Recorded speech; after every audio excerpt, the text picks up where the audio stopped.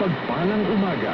Nagsisimula ng sumahimpapawid ang DWWW 774. Malugod namin kayong inaanyayahan. Ang DWWW ay isang himpilan ng radyo na pinangangasiwaan ng Interactive Broadcast Media Incorporated. Ang aming tanggapan ay matatagpuan sa Atlanta Center Building, Annapolis Street, Green Hills, San Juan City. At ang aming transmitter ay matatagpuan sa Tagalog Road, Barangay Tagalog, Valenzuela City. Ito ay may 25 kilowatts effective radiated power.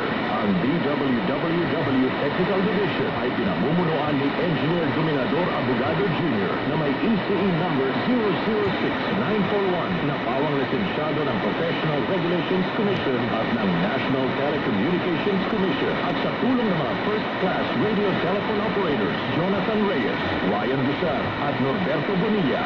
Muli, magandang umaga at pagpalain tayo ng buong lumikha.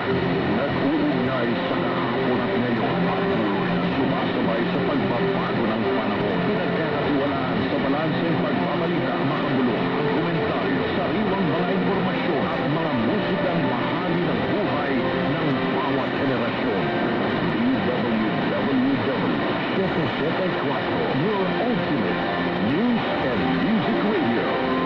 Mas pinalawak, mas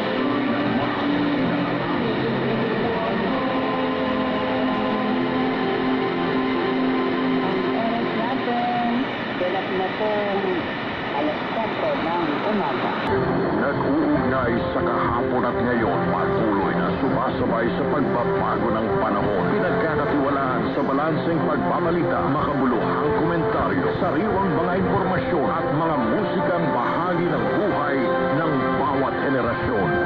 DWWW 774, your ultimate news and music radio. Mas pinalawak, mas pinalakas.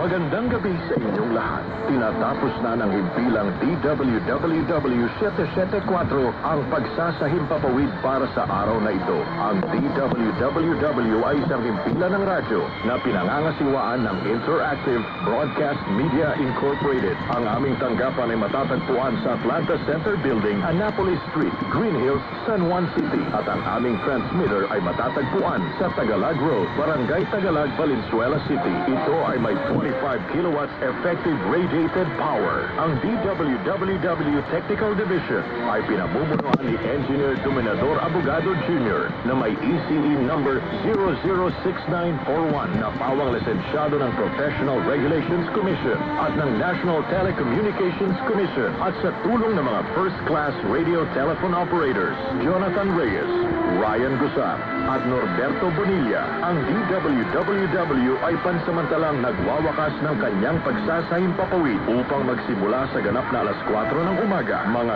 giliw na tagapakinig, ang pambansang awit ng Pilipinas.